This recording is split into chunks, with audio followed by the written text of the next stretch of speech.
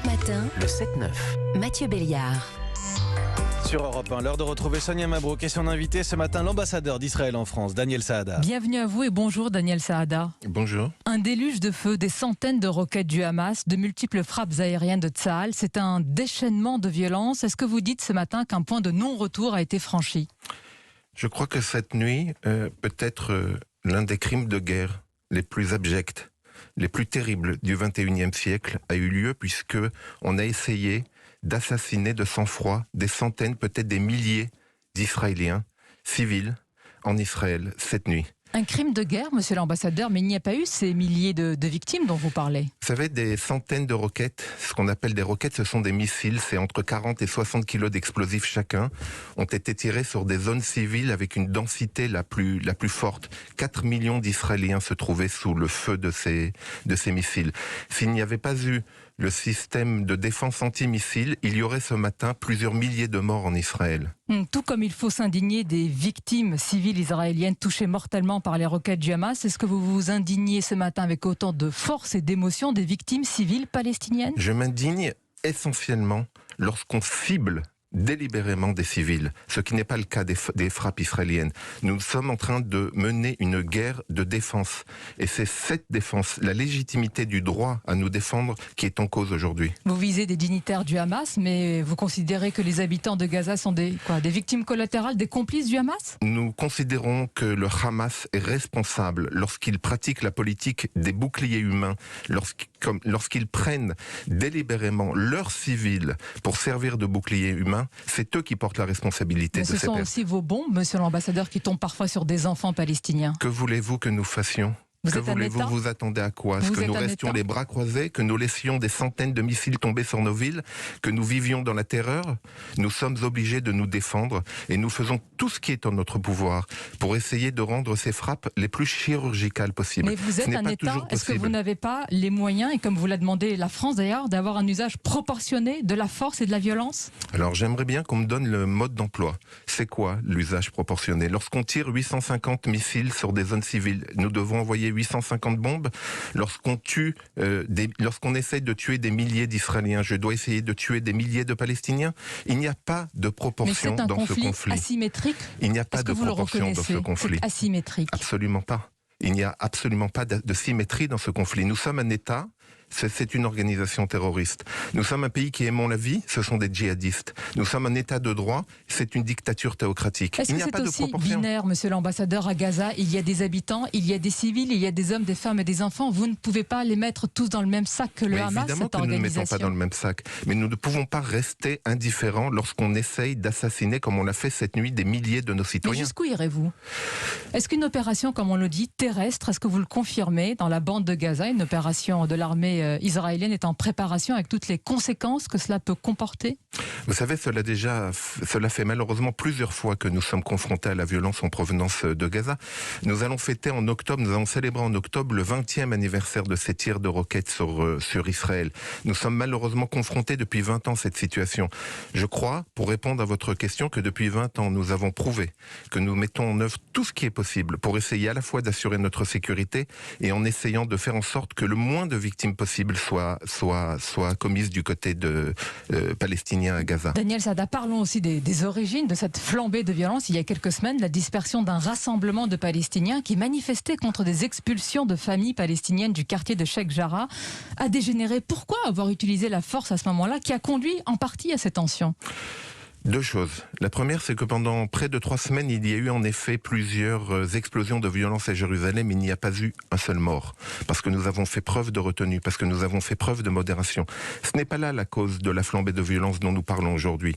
Le Hamas s'est vu interdire de participer aux élections puisque l'autorité palestinienne de Mahmoud Abbas a décidé d'annuler ces élections. Donc le Hamas a été privé de sa victoire dans les urnes. Il essaye aujourd'hui de gagner dans la rue et par la force. Mais est-ce que vous n'avez pas aidé à cet empêchement des élections ? Vous savez, je termine juste l'action. Il est dit qu'Israël n'a pas permis le déroulement du scrutin à Jérusalem. C'est un prétexte. La décision de l'annulation de ces élections relève de l'autorité palestinienne qui avait peur, qui a craint, sans doute à juste titre, que le Hamas non seulement remporte les élections dans la bande de Gaza, comme ça a été le cas il y a 15 ans, mais également en Cisjordanie. Est-ce que vous reconnaissez malgré tout que parmi les causes de cette escalade de violence, il y a ces menaces d'expulsion de familles palestiniennes palestinienne du quartier arabe de Sheikh Jarrah au profit de colons israéliens. Est-ce que c'est là aussi une origine du conflit et qu'il faut aujourd'hui en parler ? Vous savez, le conflit a provoqué un certain nombre de problèmes, notamment ce que vous évoquez, mais il y a également d'autres images à Jérusalem. Venez à l'hôpital Hadassah de Jérusalem, vous verrez la coexistence, la cohabitation, vous verrez ce qui se passe entre Palestiniens, Israéliens, entre Juifs et Arabes chaque jour. Donc pourquoi toujours se rattacher à ces images ? Pourquoi toujours chercher des prétextes ?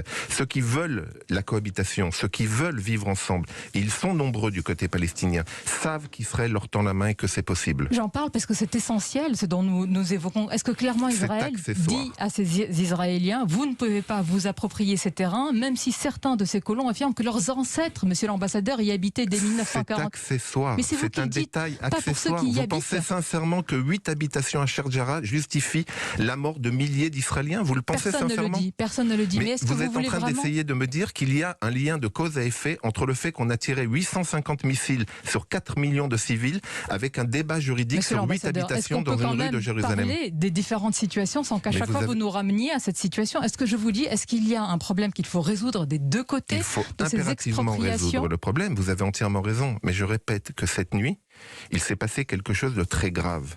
Il y a eu 850 missiles tirés sur Tel Aviv et sur Israël. On a essayé de tuer des milliers d'Israéliens. J'attends de tous ceux qui, depuis des années, nous ressassent inlassablement cette formule du droit inaliénable d'Israël à vivre dans des frontières sûres et reconnues, eh bien qu'ils passent à l'acte. Aujourd'hui, c'est une question qu'il faut trancher. Mais qui vous écoutez encore ? Parce que la communauté internationale, il faut le dire un peu prudente, voire impuissante, vous dit à vous, Israël, État, à vous de retenir vos coups, vos frappes. Est-ce que vous l'entendez ? Nous entendons surtout le silence assourdissant de ces 20 dernières années, pendant lesquelles des milliers, des millions d'Israéliens vivent sous la menace de ces missiles. Vous savez, dans le sud d'Israël, le premier mot que les bébés savent dire, ce n'est pas papa ou maman, c'est abri.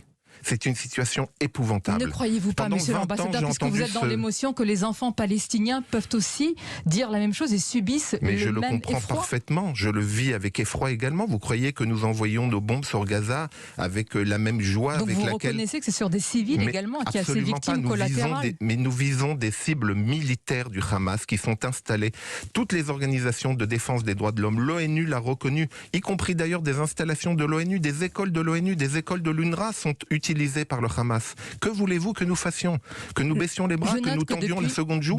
Depuis tout à l'heure, vous ne me parlez que du Hamas. Mais pourtant, il y a une autorité palestinienne. Mahmoud Abbas, malheureusement, n'est plus audible, n'est plus crédible. Benyamin Netanyahou est de plus en plus dur et n'a pas son gouvernement. Est-ce que c'est ce vide politique qui fait que le Hamas est bien prospère ? Vous savez, ça fait 20 ans que le Hamas lance des roquettes sur Israël, des missiles sur Israël. Depuis 20 ans, je peux vous égrener un nombre impressionnant de premiers ministres qui se sont succédés chez nous. Le problème n'est pas M. Netanyahou. Le problème n'est pas le gouvernement israélien. Le problème est que le Hamas est l'allié de l'Iran, c'est le bras armé de l'Iran. L'Iran annonce vouloir détruire Israël. Il a essayé de le faire cette nuit. Ces centaines de roquettes, c'est le bras de l'Iran pour vous ? Évidemment. Aucun doute là-dessus. Et j'appelle tous les pays qui aujourd'hui essayent de négocier avec l'Iran de bien comprendre lorsqu'on parle des tentatives de déstabilisation régionale de l'Iran. Eh bien cette nuit, nous en avons vu la preuve. Mais vous voyez, monsieur l'ambassadeur, Israël avait tenté de normaliser ses relations avec certains pays arabes. Mais à l'aune de ce qui se passe, est-ce que vous n'êtes pas en train, vous-même, puisque vous faites partie de ce conflit, justement, d'accélérer ce risque de conflit régional ? Au contraire, nous essayons, avec ces succès de la normalisation avec plusieurs pays arabes, nous avons montré justement qu'il y avait la possibilité d'une entente régionale. Et c'est ce que l'Iran essaye aujourd'hui de détruire. Mais comment on peut parler d'une entente régionale alors que je vous ramène il y a quelques semaines sur cette esplanade des Saintes Mosquées, lieu tellement symbolique, tellement sensible, il y a eu des milliers de Palestiniens qui ont affronté la police israélienne. Vous ne pensez pas que cela, vous l'avez un peu sous-estimé d'une manière symbolique ? Vous savez, ça fait maintenant bientôt 50 ans que l'esplanade des mosquées se trouve du côté israélien.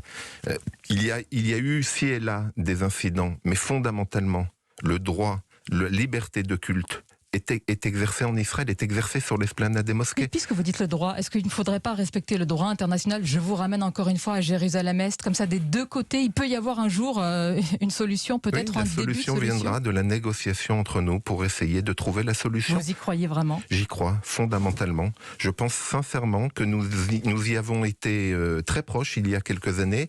Il suffit de bonne volonté des deux côtés pour que nous y arrivions. Je voudrais qu'on évoque, monsieur l'ambassadeur, une scène qui a été largement diffusée sur les réseaux sociaux. Des vidéos montrant une foule israélienne festive devant le mur des lamentations, alors que l'on voit au loin un début d'incendie, semble-t-il, prendre à la mosquée d'Al-Aqsa. Que célébrait cette foule? Que disent ces images qui ont été détournées peut-être?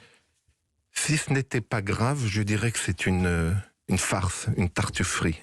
Mais comme il s'agit de quelque chose de très grave, parce que comme vous l'avez si bien évoqué, il y a sur cette esplanade, il y a dans cette ville 3 fois sainte un potentiel extrêmement dangereux de haine et de destruction. Alors je dirais que c'est une fumisterie. Une véritable fumisterie. Il n'y a strictement rien à voir entre les scènes de liesse qui se trouvent devant le mur des lamentations, qui célèbrent la réunification de Jérusalem. Vous savez, ce que nous célébrons et la raison pour laquelle nous dansons est toute simple. C'est que pendant les 20 ans de l'annexion jordanienne de Jérusalem, les Juifs n'avaient pas le droit d'aller au mur occidental. Il fallait, je ne sais pas si vous le savez, il fallait fournir un certificat de baptême pour pouvoir approcher du mur des lamentations. C'est cela que nous fêtons. Et cela n'a strictement rien à voir avec ce qui s'est passé sur l'esplanade, ce qui est un arbre qui était en train de brûler. Et je suis absolument désolé de voir que certains en font un usage épouvantable. Ce sont les prochains Kolibani ou les prochains Traoré ou les prochains Mera que nous sommes en train d'armer. Qu'est-ce que ça veut dire? Vous êtes en train de dire que tout cela va avoir une conséquence pour nourrir le djihadisme, notamment sur le sol européen? Vertu, au sens étymologique du terme, lorsqu'on perd sa vertu, aussi tenté soit-il qu'ils en aient une, quand j'entends certains élus de la République utiliser ces images pour condamner Israël... Quels élus de la République? Aller plus loin? Française? Qui? Oui, j'ai entendu hier soir des élus de la République utiliser cette image avec des arguments absolument facétieux. C'est une honte. Est-ce qu'il y a un risque d'exportation du conflit en France? Mais il est là le conflit, vous savez. Lorsque Kolibani a tué les consommateurs de l'hypercachère, il a dit « je venge les enfants palestiniens ».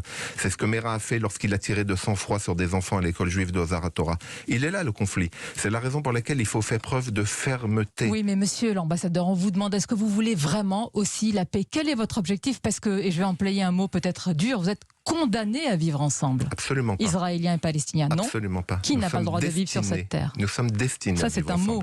Mais la réalité? La réalité, c'est celle que je vous évoquais tout à l'heure. Venez en Israël, venez à Haïfa, venez dans les hôpitaux du nord d'Israël, venez à l'hôpital Adassa. Allons à Gaza aussi, dans la bande de Gaza. Venez voir la réalité. Mais ce n'est pas une vue de l'esprit. Vous savez, cela fait maintenant 73 ans. Nous fêtons après-demain, le 14 mai, ça sera le 73e anniversaire de la déclaration d'indépendance d'Israël. Il y a 2 millions de Palestiniens, d'Arabes israéliens qui vivent chez nous. C'est une réalité, ce n'est pas une vue de l'esprit. La cohabitation est une réalité au quotidien. Merci, monsieur l'ambassadeur, d'avoir répondu ce matin sur Europe 1 toutes nos questions. Bonne journée à vous. Évidemment, on va continuer à suivre cette actualité.